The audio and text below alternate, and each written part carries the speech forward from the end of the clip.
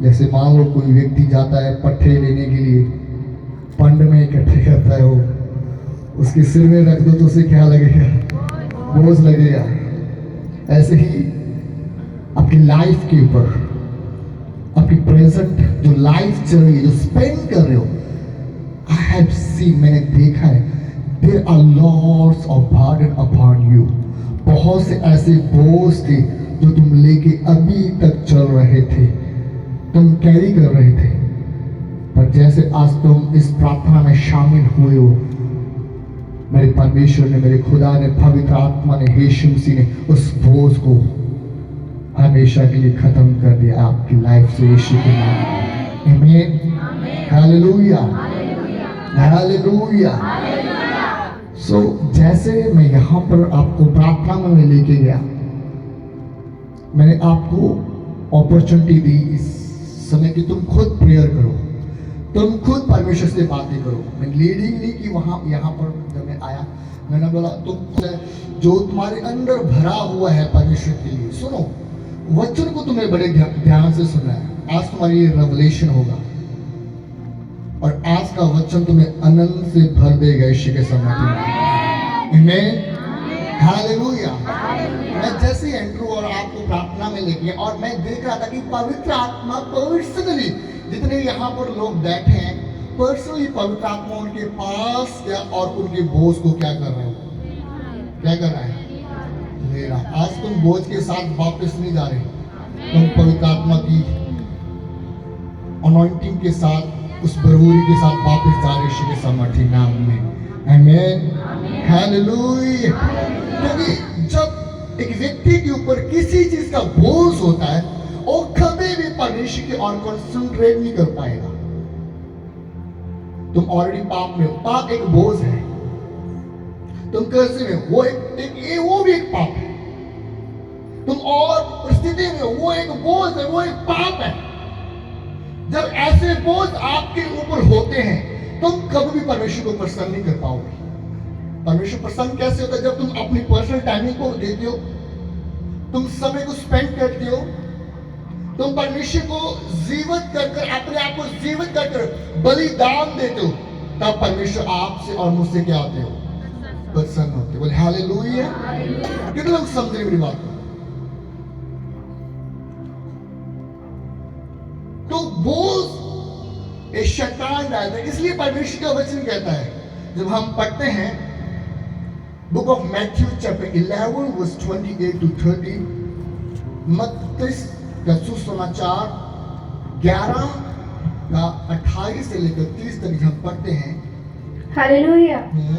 हे सब परिश्रम करने वालों और बोझ से दबे हुए लोगों, मेरे पास आओ। आमीन। यीशु मसीह आपसे और मुझसे क्या कह रहा है? हे सब परिश्रम करने वाले लोगों और बोझ के दबे हुए लोगों, किसके पास आओ? जो आपके ऊपर कर्जे का बोझ है, पाप का बोझ है, विचार का बोझ है, चाहे किसी प्रकार का कोई भी सिचुएशन के साथ आप घिरे हो, लड़ाई झगड़ा हो रहा है घर में, ये भी एक बोझ है, और बहुत सी प्रॉब्लम्स, तुम प्रार्थना में ज्यादा समय व्यतीत नहीं कर पा रहे। शैतान एक बोझ को क्रिएट कर देता आपकी स्पिरिट के ऊपर। कितने लोग समझ रहे मेरी बात को? आपकी आत्मा के ऊपर एक ऐसे बोझ को लेके आता है जिस बोझ के साथ तुम परमेश्वर के सामने प्रेजेंट नहीं हो पाते। एक ऐसा बोझ जो पाप का बोझ हो सकता है। तुम सोचते हो जीवन में कि मैंने तो ये पाप किया, मैंने तो ये गलती की है, मैंने तो ये गुनाह किया है, मैं कैसे परमेश्वर के सामने जाऊं? पर आज वचन कहता है, यदि तुम्हारे ऊपर पाप का बोझ है, यदि तुम पाप में बार बार गिर रहे हो, इस चीज में तुम बार बार गिर रहे हो, तुम मेरी प्रेजेंस में आ और उस बोझ को तुम क्या करो? क्या करो? किसको देना है? बोले हालेलुया। उस बोझ को, उस परिस्थिति को, उस संकट को, उस तूफान को, उस पाप के बोझ को आपने किसको दे देना है? इसलिए बोल रहा है कि तुम उस पाप के बोझ से हमेशा के लिए क्या हो जाओ। सुनो, ये एक शैतान का एजेंडा है। आज 80% पीपल जो क्रिश्चियन पीपल है वो क्या सोचते हैं कि मैंने तो ये गुनाह कर लिया है, बल्कि वो सोचते नहीं, ये शैतान की थिंकिंग है। ये शैतान का एक प्री प्लान है, एक प्लानिंग की है, योजना की है शैतान ने।